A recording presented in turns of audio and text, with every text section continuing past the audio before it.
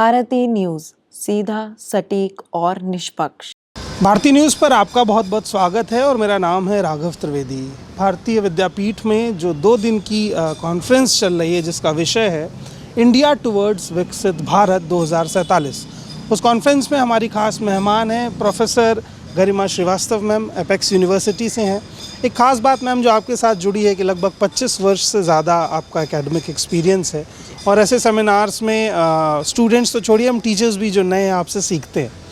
Ma'am, मेरा पहला सवाल यही है कि 2047 का जो सपना हमने देखा है उनके क्या क्या मायने हो सकते हैं, ऐसे कौन सी चीज़ें हैं जिनका सामयिक विकास उसे और आगे ले जाएगा? देखिए, विकसित भारत 2047 का जो सपना हमारे आदरणीय प्रधानमंत्री नरेंद्र मोदी जी ने दिया है, वो सपना ही एक हमारी प्रेरणा है जो हमें इस तरफ लेके जाएगा। बहुत सारे ऐसे क्षेत्र हैं जहां अभी हमें बहुत काम करना बाकी है। बाकी सारे क्षेत्र की देखभाल वो लोग कर रहे हैं जो उनसे जुड़े हुए हैं। हम लोग शिक्षा से जुड़े हैं तो हम शिक्षा की ही बात करते हैं, ख़ास करके उच्च शिक्षा की, क्योंकि अभी जैसे कुछ एक पेपर भी यहाँ पे इस कॉन्फ्रेंस में बहुत अच्छे प्रेजेंट हुए हैं और जिन्होंने ये एक विकसित देशों के साथ में भी तुलना की है कि भारत को कितना कहाँ तक जाना है, कैसे करना है। तो मैं आपको कॉम्प्लीमेंट देना चाहूँगी इनफैक्ट कि आपका संस्थान इतना अच्छा और फ्यूचरिस्टिक मीडिया एजुकेशन दे रहा है। मैंने आपका सारा एस्टैब्लिशमेंट भी देखा और चीज़ें भी देखी और जिस तरह का आप हैंड्स ऑन एक्सपीरियंस बच्चों को दे रहे हैं वो सारा कुछ देखा।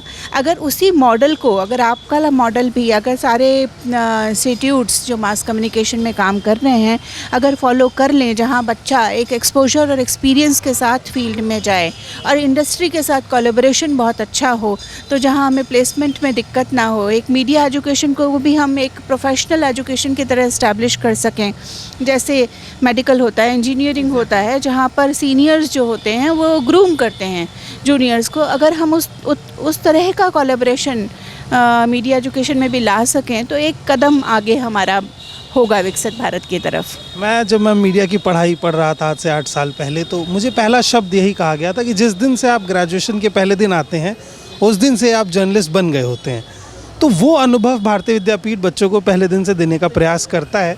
एक आखिरी सवाल मैं और आपसे लेना चाहूँगा, इस तरीके की जो कॉन्फ्रेंस होती हैं जिनमें ऐसे विषयों पर तमाम तरह के पेपर प्रेजेंट होते हैं, उनसे क्या फ़ायदा होता है, वो कैसे इनरिच करती है हमारी नॉलेज को? आप इस कॉन्फ्रेंस को कैसे देखती हैं?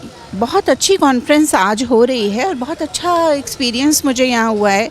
देखिए, इस तरह की कॉन्फ्रेंसेस और शोध रिसर्च बहुत ज़्यादा ज़रूरी है, क्योंकि हमारे जितने संस्थान हैं, उच्च शिक्षा संस्थान भारत के, वो रैंकिंग में पीछे इसलिए रह जाते हैं क्योंकि हमारा शोध विश्व स्तरीय नहीं हो पाता।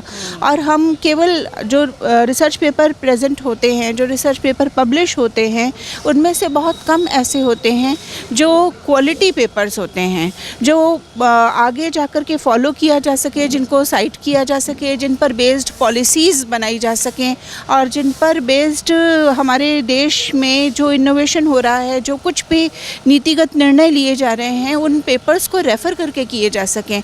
इसलिए ये सारी कॉन्फ्रेंसेस और ये शोध इतना महत्वपूर्ण है, ख़ासतौर से विकसित भारत 2047 के सपने को लेकर के, कि अगर ये शोध नहीं किया जाएगा कि करना क्या है और कहाँ कमी है और क्या करके, क्या स्टेप्स उठा करके, क्या कदम बढ़ा करके हम इसको गैप को फिल कर पाएंगे, उसके लिए बहुत ज़रूरी है कि शोध किए जाएं और विश्व स्तरीय संस्थान, विश्व स्तरीय शोध किया जाए। और इस तरह की कॉन्फ्रेंसेस उसको बहुत बढ़ावा देती हैं, लोगों को अवसर देती हैं, प्लेटफॉर्म देती हैं कि वो आगे आएँ, शोध करें और अपना शोध प्रस्तुत भी करें। तो आई कांग्रेचुलेट यू टू ऑर्गेनाइज सच। बहुत बहुत शुक्रिया आपका अनुभव और आपका एकेडमिक ज्ञान। मैं उम्मीद करूंगा कि हमारे छात्रों के भविष्य में एक नया अध्याय जोड़े और हमें आपका सानिध्य बार बार मिलता रहे। बहुत बहुत शुक्रिया आप सभी का। आप देख रहे थे भारती न्यूज़ और बने रहिए हमारे साथ। मिलते हैं अगले एक नए एपिसोड में।